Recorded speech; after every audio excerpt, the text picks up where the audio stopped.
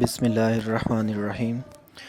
السلام علیکم۔ آج کا جو ہمارا ٹاپک ہے وہ events during the life of حضرت عثمان غنی رضی اللہ تعالیٰ عنہ۔ تو حضرت عثمان کا جو ریئل نیم ہے وہ عثمان بن عفان رضی اللہ تعالیٰ عنہ ہے۔ آپ کے والد کا نام عفان ابن ابی العاص رضی اللہ تعالیٰ عنہ، اور آپ کی جو والدہ ان کا نام عروہ بنت قریظ، اور حضرت عثمان غنی بنو امیہ قبیلے سے بلونگ کرتے تھے، اور آپ 579 AD میں طائف کے اندر پیدا ہوئے تھے۔ اور آپ کے جو القابات ہیں ان میں آپ رضی اللہ تعالیٰ عنہ کو جامع القرآن بھی کہا جاتا ہے، کیونکہ آپ رضی اللہ تعالیٰ عنہ نے جو قرآن پاک ہے اس کو ایک ہی ایکسنٹ کے اوپر کمپائل کیا تھا، اور آپ رضی اللہ تعالیٰ عنہ کو ذو النورین یعنی کہ دو نوروں والا کہا جاتا ہے۔ اس کی ریزن یہ ہے کہ حضرت عثمان غنی رضی اللہ تعالیٰ عنہ کے ساتھ آپ صلی اللہ علیہ وسلم کی دو بیٹیوں کا نکاح ہوا تھا۔ تو پہلے حضرت رقیہ رضی اللہ تعالیٰ عنہ سے نکاح ہوا، اس کے بعد حضرت کلثوم کے ساتھ آپ کا نکاح ہوا۔ تو آپ خلیفہ کس طرح الیکٹ ہوتے ہیں؟ آپ کو پتہ ہے کہ حضرت عمر فاروق رضی اللہ تعالیٰ عنہ پر 27 ذی الحج 23 ہجری کو ابو الولد فیروز نے دوران نماز فجر کی نماز تھی، اور فجر کی نماز کے دوران ایک زہر آلود جو خنجر ہے اس کے ساتھ حملہ کیا، تو آپ رضی اللہ تعالیٰ عنہ روز بروز کمزور ہوتے گئے، اور آخر ایک محرم 24 ہجری کو آپ رضی اللہ تعالیٰ عنہ مرتبہ شہادت پر فائز ہوئے۔ حضرت عمر فاروق بہت دور اندیش اور ذہین انسان تھے۔ آپ رضی اللہ تعالیٰ عنہ نے پہلے بھی یہ دیکھا تھا کہ خلیفہ کو چنتے وقت لوگ عدل سے کام نہیں لیتے۔ جب آپ صلی اللہ علیہ وسلم نے دنیا سے رحلت کی تھی تو حضرت ابوبکر صدیق رضی اللہ تعالیٰ عنہ کا جب الیکشن ہو رہا تھا تو اس دوران بھی حضرت عمر فاروق رضی اللہ تعالیٰ عنہ نے بہت ہی عقل مندی سے فیصلہ کرتے ہوئے حضرت ابوبکر صدیق کے ہاتھ پہ بیعت کی، جس کی وجہ سے جو انصار اور مہاجر تھے ان کے اندر ایک جو فرقہ بننے کا خدشہ تھا وہ بھی ختم ہو گیا، اور لوگوں نے بلا تفریق حضرت ابوبکر صدیق رضی اللہ تعالیٰ عنہ کو اپنا خلیفہ مان لیا۔ تو یہاں پہ بھی حضرت عمر رضی اللہ تعالیٰ عنہ نے بڑی عقل مندی کے ساتھ یہ فیصلہ کیا، اور ایک 6 رکنی جو بورڈ ہے اس کو تشکیل دیا۔ اس بورڈ کے اندر حضرت سعد بن ابی وقاص رضی اللہ تعالیٰ عنہ شامل تھے، حضرت عبد الرحمن بن عوف رضی اللہ تعالیٰ عنہ شامل تھے، حضرت زبیر بن عوام، حضرت طلحہ ابن عبید اللہ، حضرت علی ابن ابی طالب رضی اللہ تعالیٰ عنہ، اور حضرت عثمان غنی رضی اللہ تعالیٰ عنہ شامل تھے۔ تو جب یہ بورڈ کی میٹنگ بیٹھتی ہے تو جو حضرت زبیر رضی اللہ تعالیٰ عنہ تھے انہوں نے حضرت علی کے حق میں وڈرا کر دی اپنی کینڈیڈیچر، اور حضرت سعد بن ابی وقاص جو ہیں انہوں نے اپنی کینڈیڈیچر حضرت عثمان کے حق میں وڈرا کر دی۔ تو اس طرح ایک ووٹ حضرت علی رضی اللہ تعالیٰ عنہ کے پاس چلا گیا، اور ایک ووٹ حضرت عثمان غنی رضی اللہ تعالیٰ عنہ کے پاس آ گیا۔ لیکن حضرت طلحہ ابن عبید اللہ اور حضرت عبد الرحمن بن عوف جو ہیں یہ دونوں بھی اپنی جو کینڈیڈیچر ہے نا اس کو وڈرا کر لیتے ہیں، لیکن یہ کسی کے حق میں وڈرا نہیں کرتے، بلکہ یہ خود ہی کہہ دیتے ہیں کہ ہم لوگ کینڈیڈیٹ نہیں ہیں خلیفہ کے۔ تو اس طرح پھر فیصلہ ہوتا ہے کہ جو حضرت عبد الرحمن بن عوف رضی اللہ تعالیٰ عنہ ہیں، جو حضرت شفا جو آپ صلی اللہ علیہ وسلم کی دائیاں تھیں ان کے یہ بیٹے ہیں، تو فیصلہ یہ ہوتا ہے کہ ان کو آربیٹریٹر مقرر کر لیا جائے، اور یہ فیصلہ کریں گے کہ حضرت علی اور حضرت عثمان غنی رضی اللہ تعالیٰ عنہ میں سے کون ہمارا نیا خلیفہ ہوگا۔ تو حضرت عبد الرحمن بن عوف رضی اللہ تعالیٰ عنہ جو ہیں وہ دونوں سے کچھ سوالات کرتے ہیں، اور اس کے بعد جو فیصلہ وہ حضرت عثمان غنی رضی اللہ تعالیٰ عنہ کے حق میں سناتے ہیں کہ ہمارے جو تیسرے خلیفہ ہیں وہ حضرت عثمان غنی رضی اللہ تعالیٰ عنہ ہوں گے۔ تو ان کی جو حضرت عثمان غنی رضی اللہ تعالیٰ عنہ کی جو کنٹریبیوشنز ہیں اسلام میں وہ تو ان لمیٹیڈ ہیں، لیکن اس میں سے کچھ جو کنٹریبیوشنز ہیں وہ ہائی لائٹڈ ہیں جو آپ کے ساتھ شیئر کرتا ہوں۔ کہ ایک تو حضرت عثمان غنی رضی اللہ تعالیٰ عنہ جو ہیں انہوں نے بہت کہہ لیں کہ آپ صلی اللہ علیہ وسلم کی نبوت کے جو ارلی سال تھے، جو پہلا ہی سال تھا، اسی میں حضرت عثمان غنی رضی اللہ تعالیٰ عنہ نے اسلام قبول کر لیا تھا۔ جب آپ صلی اللہ علیہ وسلم نے نبوت کا اعلان کیا تو جلد ہی آپ صلی اللہ علیہ وسلم کے کہنے پہ حضرت ابوبکر صدیق جو تھے وہ حضرت عثمان غنی سے ملے، اور حضرت ابوبکر صدیق جو تھے یہ حضرت عثمان کے سب سے زیادہ قریبی ساتھی تھے۔ تو حضرت ابوبکر صدیق رضی اللہ تعالیٰ عنہ نے آپ صلی اللہ علیہ وسلم کے بارے میں جب حضرت عثمان غنی رضی اللہ تعالیٰ عنہ کو بتایا تو حضرت عثمان جو ہیں یہ اسلام کی جو دعوت ہے اس کو قبول کرتے ہیں اور آپ صلی اللہ علیہ وسلم کی خدمت میں پیش ہو کے تو اسلام کو قبول کر لیتے ہیں۔ تو اس کے بعد جو بحر روم ہے، مسلمانوں کے پاس پینے کا پانی تھا نہیں، اور مسلمانوں کے پاس جتنے بھی کنویں تھے ان کا پانی کھارا تھا۔ تو ایک وہاں پہ میٹھے پانی کا کنواں تھا بحر روم، جو کہ کفار مکہ کی ملکیت کے اندر تھا۔ تو حضرت عثمان غنی رضی اللہ تعالیٰ عنہ نے بہت بھاری داموں اس کنویں کو خرید کے تو مسلمانوں کے لیے وقف کر دیا تھا۔ اس کے بعد آپ کی ایک کنٹریبیوشن یہ ہے کہ حضرت عثمان غنی رضی اللہ تعالیٰ عنہ نے قرآن پاک کو قریشی ایکسنٹ پہ اکٹھا کیا، اور جتنی بھی ہجرتیں ہوئیں سب میں فیملی سمیت حضرت عثمان غنی رضی اللہ تعالیٰ عنہ نے شراکت کی۔ اور اس کے بعد صرف غزوہ بدر کے اندر آپ رضی اللہ تعالیٰ عنہ نے پارٹیسپیشن نہیں کی تھی، کیونکہ غزوہ بدر کے دوران آپ رضی اللہ تعالیٰ عنہ کی جو بیوی حضرت رقیہ، جو آپ صلی اللہ علیہ وسلم کی بیٹی، وہ بیمار تھیں، جس کی وجہ سے حضرت عثمان غنی اس کے اندر شرکت نہیں فرما سکے، اور آپ نے آپ صلی اللہ علیہ وسلم نے اجازت بھی طلب کی تھی۔ تو آپ صلی اللہ علیہ وسلم نے حضرت عثمان غنی کو اجازت دے دی کہ ٹھیک ہے، آپ اپنی بیوی کے پاس رک سکتے ہیں۔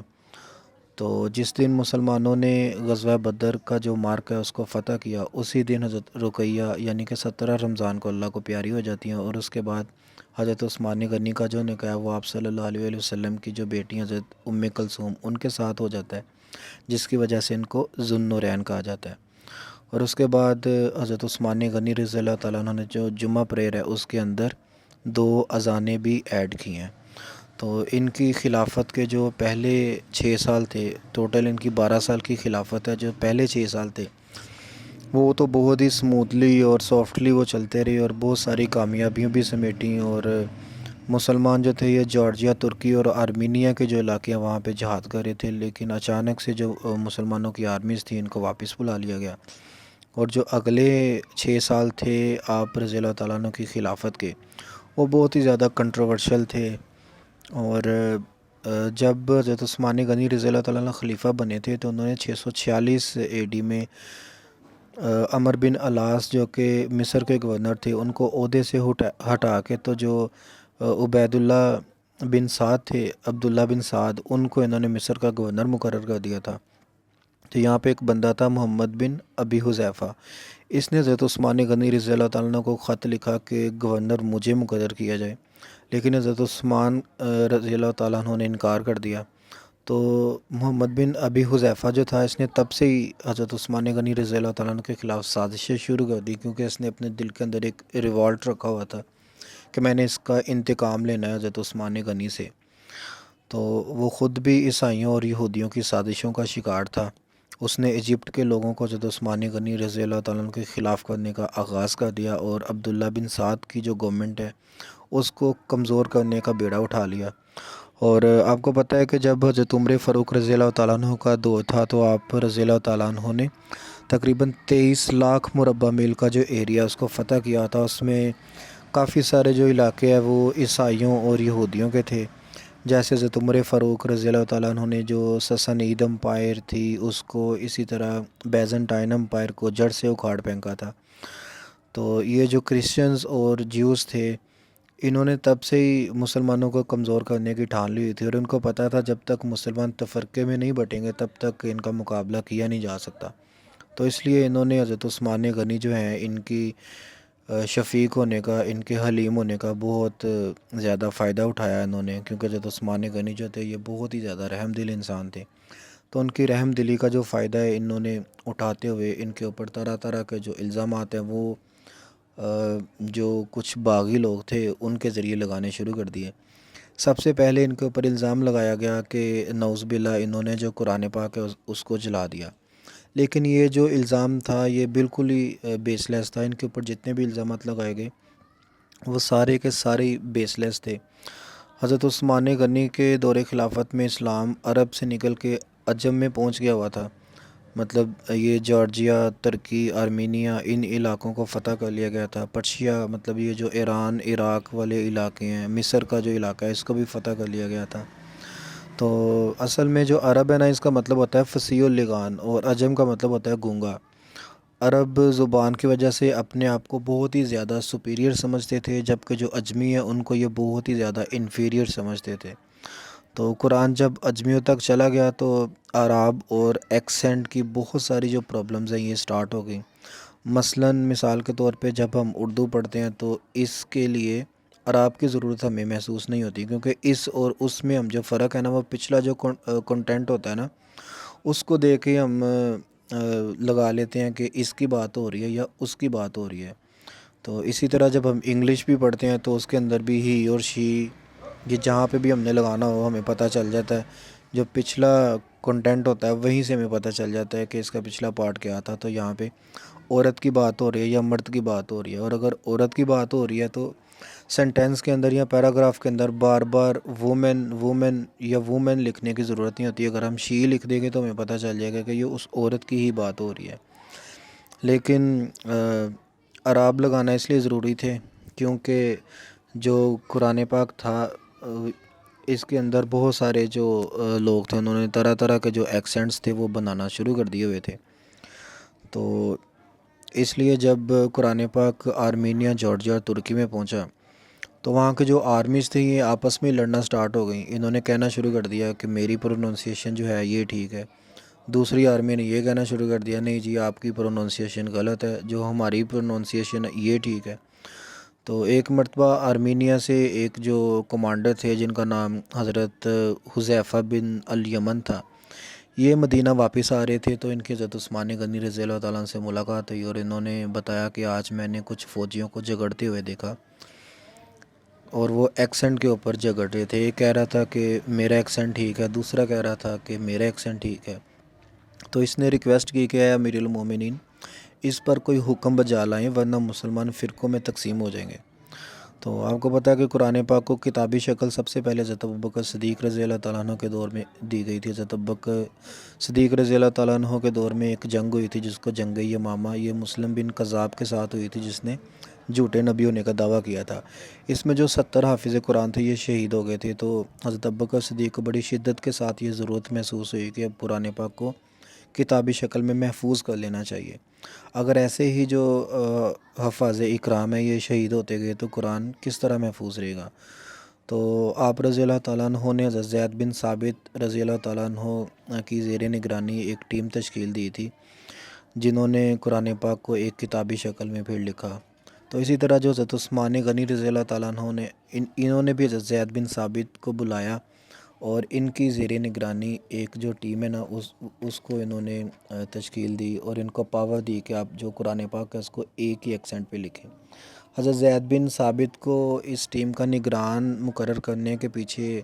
جو ریزن تھی وہ یہ تھی کہ آپ کاتب وحی بھی ہیں اور آپ حافظ قرآن بھی ہیں۔ تو ان کے ساتھ جو اور 3 لوگ تھے وہ ایک تو عبداللہ بن زبیر رضی اللہ تعالیٰ عنہ تھے، ایک سعید بن العاص رضی اللہ تعالیٰ عنہ اور ایک عبد الرحمن بن الحارث رضی اللہ تعالیٰ عنہ۔ یہ 4 لوگوں کے اوپر مشتمل ایک ٹیم تھی۔ تو انہوں نے جو قرآن پاک ہے اس کو ایک ہی ایکسنٹ کے اوپر اکٹھا کیا جس کو قریشی ایکسنٹ بولتے ہیں۔ اس لیے کوئی عربی ہو یا اجمی، اگر کوئی فرانس کا رہنے والا ہے یا اٹلی کا یا انڈیا یا پاکستان یا بنگلہ دیش کا، تو آج کے دور میں سب لوگ ایک ہی ایکسنٹ کے اوپر جو قرآن پاک ہے نا اس کو پڑھتے ہیں، اور یہ سارا جو کریڈٹ ہے نا یہ حضرت عثمان غنی رضی اللہ تعالیٰ عنہ کو جاتا ہے، اسی لیے ان کو جامع القرآن کہا جاتا ہے۔ حضرت عثمان نے زید بن حارث کی سربراہی میں جو کمیٹی تشکیل دی تو اس نے اعلان کیا کہ مدینہ کے اندر جس جس کے پاس بھی قرآن پاک کے نسخے موجود ہیں وہ کمیٹی کو جمع کروائیں۔ جس وقت آپ صلی اللہ علیہ وسلم کے اوپر وحی نازل ہوتی تھی تو جو قرآن پاک کے الفاظ تھے ان کو کھالوں کے اوپر، پتوں کے اوپر یا جو بڑی بڑی ہڈیاں ہوتی تھیں ان کے اوپر لکھا جاتا تھا۔ تو حضرت عثمان نے سوچا کہ اگر قرآن پاک کو ایک ایکسنٹ پہ اکٹھا کر بھی لیا ہے تو یہ جو چیزیں ہیں جن کے اوپر قرآن پاک لکھا جا چکا ہے تو اگر یہ کسی کے ہاتھ لگ جائیں گی تو پھر دوبارہ سے وہ اسی ایکسنٹ کے اوپر قرآن پاک کو پڑھنا شروع کر دیں گے اور سب لوگ یہی کہیں گے کہ ہماری پروننسیشن ٹھیک ہے، دوسرا یہ کہے گا جی نہیں میرا ایکسنٹ ٹھیک ہے۔ تو اس لیے حضرت عثمان غنی نے یہ جو جتنے بھی یہ کھال، پتے اور ہڈیاں تھیں ان کو ایک جگہ پہ اکٹھا کر کے نا تو ان کو انہوں نے نا آرڈر جاری کر دیے کہ جلا دیا جائے، اور قرآن پاک کی 7 کاپیاں بنوا لیں ایک جو کاپی ہے یہ سینٹر میں مطلب مدینہ کے اندر ہی رکھ لی گئی، ایک مکہ میں بھیج دی، ایک سیریا میں، ایک کوفہ میں، ایک بصرہ میں، اور ایک بحرین کے اندر جو کاپی ہے وہ بھیج دی گئی۔ یعنی ایک کاپی مدینہ میں رکھ لی گئی اور باقی جو 6 صوبے تھے وہاں پہ ایک ایک کاپی ارسال کر دی گئی،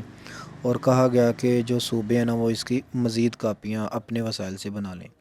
تو اس لیے ان کے اوپر یہ الزام لگایا گیا جو کہ بالکل ہی بیس لیس تھا، حالانکہ یہ بہت بڑی خدمت ہے دین کی اگر دیکھا جائے تو اس کے بعد حضرت عثمان غنی کے اوپر الزام لگایا گیا کہ آپ بہت ہی زیادہ اقربا پروری کرتے ہیں، مطلب نیپوٹزم کا جو الزام ہے وہ لگایا گیا۔ تو لوگ کہتے ہیں کہ آپ رضی اللہ تعالیٰ عنہ اپنے خاندان کے لوگوں کو بہت زیادہ نوازتے ہیں۔ تو حضرت عثمان غنی نے جواب دیا کہ اللہ نے عرب میں مجھے سب سے زیادہ دولت عطا فرمائی ہے، میں اپنے پیسے اپنی دولت اپنے عزیزوں میں خرچ کرتا ہوں، اسٹیٹ یا مال غنیمت جو ہے اس میں سے میں کچھ بھی نہیں لیتا۔ جیسے آپ کو پتہ ہے کہ حضرت ابوبکر صدیق جب خلیفہ تھے تو ان کے مالی حالات اچھے نہیں تھے، تو جب حضرت ابوبکر صدیق رضی اللہ تعالیٰ عنہ نے تجارت کرنے کے لیے اپنا شروع کی اپنی تجارت، تو لوگوں نے ان کے اوپر سوال اٹھانے شروع کر دیے،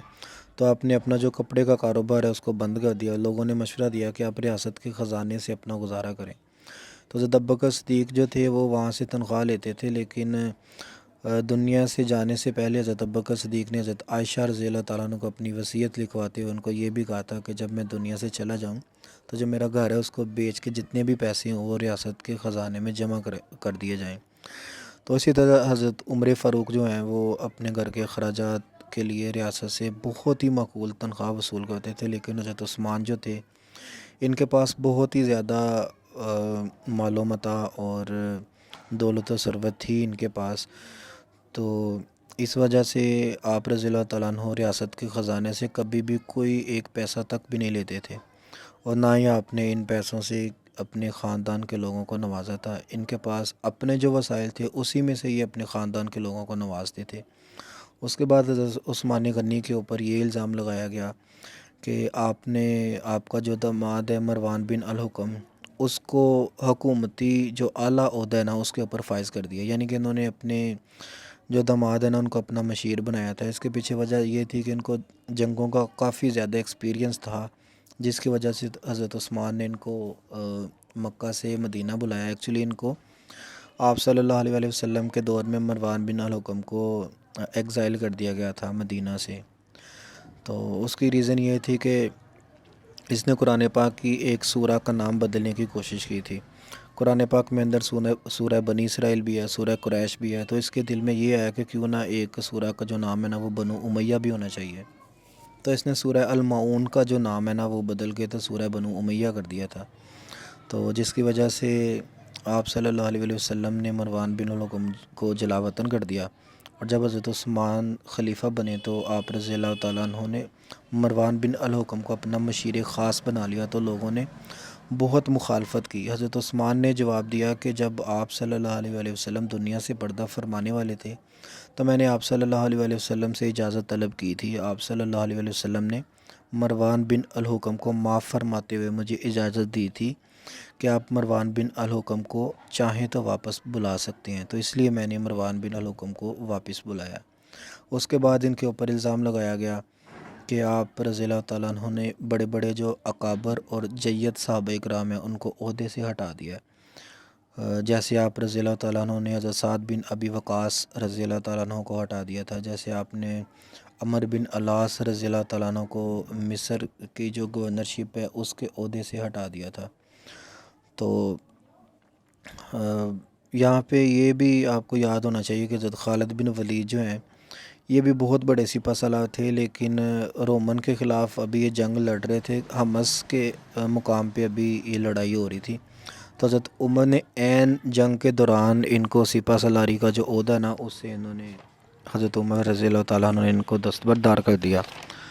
تو یہاں پہ سمجھنے کی بات تو یہ ہے کہ جو خلیفہ وقت ہوتا ہے وہ کوئی اسٹیچو تو ہوتا نہیں، اس کے پاس اختیارات ہوتے ہیں کہ وہ جس کو مرضی لگا سکتا ہے اور جس کو مرضی اس کے عہدے سے وہ فارغ بھی کر سکتا ہے، تو یہ تو جو اسٹیٹ کا رولر ہوتا ہے اس کے اوپر یہ منحصر ہوتا ہے۔ تو لوگوں نے حضرت عثمان غنی رضی اللہ تعالیٰ عنہ کے اوپر بالکل یہ جو بیس لیس قسم کے الزامات ہیں ان کی بارش انہوں نے کی ہوئی تھی، تو اس کے بعد انہوں نے یہ جو لوگ تھے جو کہ مصر کے باغی تھے اور یہ ورگلائے ہوئے تھے محمد بن ابی حذیفہ سے، تو انہوں نے پھر حضرت عثمان غنی رضی اللہ تعالیٰ عنہ کے جو گھر کا گھیراؤ ہے یہ کرنا انہوں نے شروع کر دیا۔ تو جب یہ آپ رضی اللہ تعالیٰ عنہ کے گھر کا گھیراؤ کر رہے تھے تو حضرت علی اور باقی صحابہ کرام نے ان لوگوں کو سمجھانے کی کوشش کی کہ حضرت علی رضی اللہ تعالیٰ عنہ نے ان سے کہا کہ میں آپ کو حضرت عثمان غنی رضی اللہ تعالیٰ عنہ کی ضمانت دیتا ہوں کہ ان کے اندر ایسی کوئی بھی بات نہیں ہے، جو بھی آپ الزامات لگا رہے ہیں وہ سارے اس کے سارے جو الزامات ہیں وہ بالکل ہی بیس لیس ہیں۔ لیکن پھر بھی آپ لوگوں کے جو الزامات آپ نے جو حضرت عثمان غنی کے اوپر لگائے ہیں تو ان کے اوپر ہم پوری ایک انکوائری کریں گے، ایک پوری جو انویسٹیگیشن ہے وہ ہم کریں گے، اور اگر تو آپ کی جو انویسٹیگیشن جو ہم کریں گے اگر تو آپ کی باتیں اس کے اندر سچی ثابت ہوتی ہیں تو ہم حضرت عثمان غنی کو عہدے سے ہٹا دیں گے، لیکن اگر یہ باتیں بیس لیس ہیں تو پھر حضرت عثمان غنی جو ہیں وہ اپنی جو خلافت کا دور ہے نا اس کو وہ مکمل کریں گے۔ تو یہ ساری کی ساری خارجی یعنی غیر مسلم جو لوگ تھے ان کی بہت بڑی یہ سازش تھی۔ وہ چاہتے تھے کہ جو مسلمان ہیں وہ آپس میں تفرقہ میں بٹ جائیں، پھوٹ ڈل جائے ان کے اندر، اور ان کی جو حکومت ہے وہ کمزور ہو جائے، کیونکہ اسلام بہت تیزی کے ساتھ دنیا میں پھیل رہا تھا اور یہ غیر مسلم لوگ اپنی سازشوں میں کامیاب ہوتے جا رہے تھے۔ تو انیشلی حضرت علی رضی اللہ تعالیٰ عنہ کے کہنے پہ یہ خارجی جو لوگ تھے یہ واپس چلے گئے، لیکن پھر جو مروان بن الحکم تھا جو آپ رضی اللہ تعالیٰ عنہ کا داماد بھی تھا اور آپ نے اس کو مکہ سے واپس مدینہ کی طرف بلایا ہوا تھا، تو اس نے نا ایک بڑی شیطانی اور منافقت بری جو چال ہے اس نے چلی۔ خلیفہ کی ایک سٹیمپ ہوتی ہے جس کے اوپر کچھ لکھا ہوتا ہے، ایک مخصوص قسم کی سٹیمپ ہوتی ہے، تو جسے جیسے آپ صلی اللہ علیہ وسلم کی بھی ایک سٹیمپ تھی جس کے اوپر ایک مور ثبت تھی جس کے اوپر اللہ رسول محمد لکھا ہوا تھا، تو اسی طرح حضرت عثمان غنی جو تھے ان کی جو انگوٹھی تھی نا اس کے اندر ایک مہر ثبت تھی، جو بھی آفیشیل ڈاکومنٹ ہوتے تھے اس کے اوپر حضرت عثمان غنی جو ہیں وہ یہ والی جو سٹیمپ ہے نا یہ لگایا کرتے تھے۔ تو یہ اچانک سے چوری ہو گئی اور مروان بن الحکم جو ہے اس کے ہاتھ یہ لگ گئی، تو اس نے مصر کے گورنر کو خط لکھا کہ کچھ لوگ تمہارے پاس مصر میں آ رہے ہیں، ان کو قتل کر دیا جائے، اور اوپر مور بھی لگا دی، اور جس کے خط بھیجا اس کو یہ تلقین بھی کر دی کہ یہ جو خط ہے نا یہ مصر کے گورنر کے پاس جانے سے پہلے ہی پکڑا جانا چاہیے، اور سیم ایسا ہی ہوا کہ وہ جو خط ہے وہ راستے میں پکڑا گیا اور لوگ دوبارہ واپس آ گئے اور دوبارہ حضرت عثمان کے گھر کا گھیراؤ انہوں نے کرنا شروع کر دیا۔ انہوں نے حضرت عثمان غنی کو کہا کہ آپ نے عہد شکنی کی ہے۔ حضرت عثمان غنی رضی اللہ تعالیٰ عنہ نے کہا کہ مجھے تو اس خط کا پتہ بھی نہیں ہے اور نہ ہی مجھے یہ پتہ ہے کہ یہ جو مہر ہے یہ اس کے اوپر کس نے ثبت کیا ہے۔ تو یہ جو بغاوت کے اوپر آمادہ لوگ تھے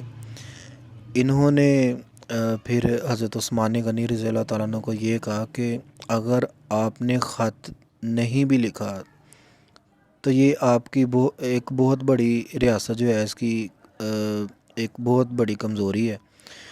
کیونکہ آپ ایک بہت بڑی ریاست کے کمزور ترین خلیفہ ہیں، کیونکہ آپ کی جو مہر ہے وہ آپ کی اجازت کے بغیر کسی دوسرے بندے نے استعمال کی ہے۔ تو اگر آپ اپنی مہر کی حفاظت نہیں کر سکتے تو پھر کس طرح پاسبل ہے کہ آپ اتنی بڑی جو ریاست ہے اس کی حفاظت کر سکیں گے؟